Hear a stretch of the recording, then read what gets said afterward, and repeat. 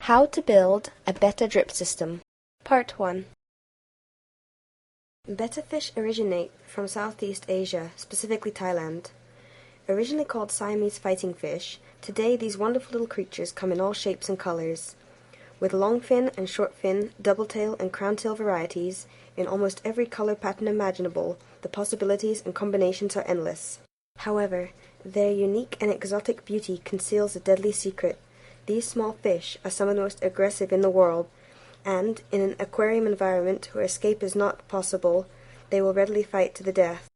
Therefore, every Betta fish breeder and enthusiast faces a common dilemma: how to separately, yet comfortably, house many Bettas. In this video series, I am going to teach you the cheap and easy way to build a drip system for your Betta fish. A drip system is basically a standalone, self-contained unit of separate fish tanks. Each individual aquarium receives a constant flow of fresh water directly from the pump, and the dirty water returns back down to the sump filter, where it is cleaned and recycled back through the entire system. It is perfect for keeping a large number of fish in a small area because the water is constantly being refreshed and reused, and it only requires minimal maintenance. While it may seem daunting at first, this project actually only consists of these 5 simple steps: shelf structure, uptake tubing, sump filter, drainage tubing, and tank compartments. Throughout the process, I'll use step-by-step diagrams to illustrate each section. Part 1 will cover the first 2 steps: shelf structure and uptake tubing. Before we start, here are some project tips.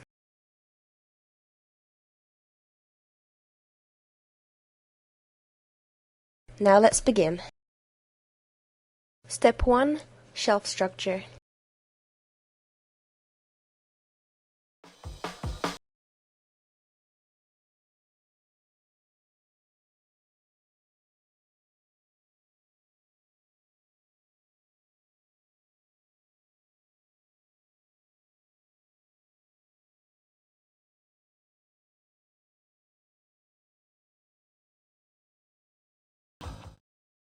Step 2. Uptake tubing.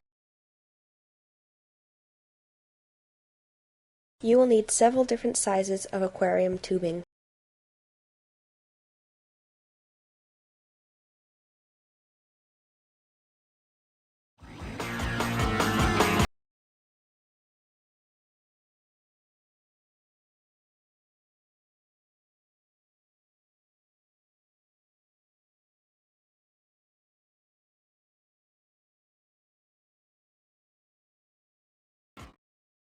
These aquarium drippers are ideal because they create a watertight seal and they have a barbed end that can't pop out under pressure. However, one main problem is that the water pressure from the pump isn't strong enough to push a nice flow through the drippers. To remedy this, you basically need to widen the hole and poke a hot drill bit the entire way through. Next, get the 16 by 22 mm tubing and the puncture device to poke holes in the tubing. The aquarium drippers will snugly fit into these holes, creating a watertight, leak-proof connection. Now repeat the process so that you have all the drippers inserted into the rows of tubing as illustrated in this diagram. Next, we're going to make the end stoppers for the rows of uptake tubing. For this step, you will need one hand saw, which is able to cut PVC plastic, some paper towels, some PVC glue, a scalpel or Stanley knife or another sharp cutting utensil. Please be very careful when using this tool. You will also need some PVC tubing that will fit into the ends of the 16 by 22 mm uptake tubing, a ruler, and some sandpaper.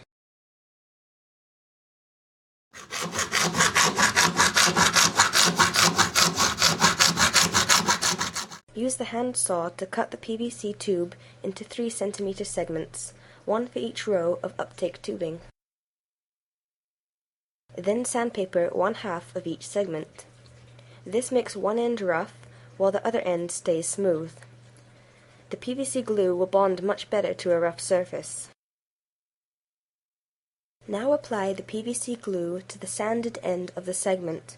This will secure the end cap in place.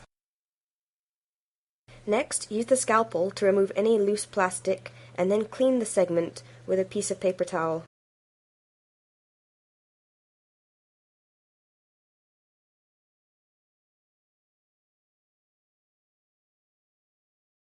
After the glue has been applied to the sanded end of the segment, you can fit it into an end cap and then set it aside to dry. When all the end stoppers are dry, you can add a bit of extra glue around the edge to make sure that it will be totally watertight even under extreme pressure.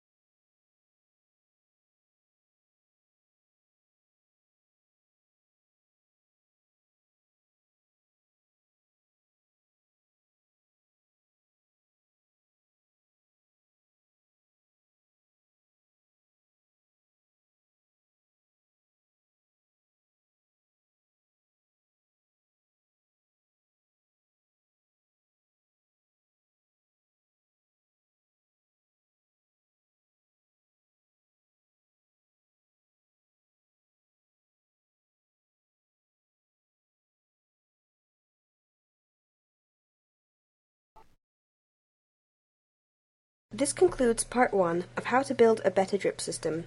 Please watch part 2 where I will show you how to build a biological and mechanical sump filter for your drip system.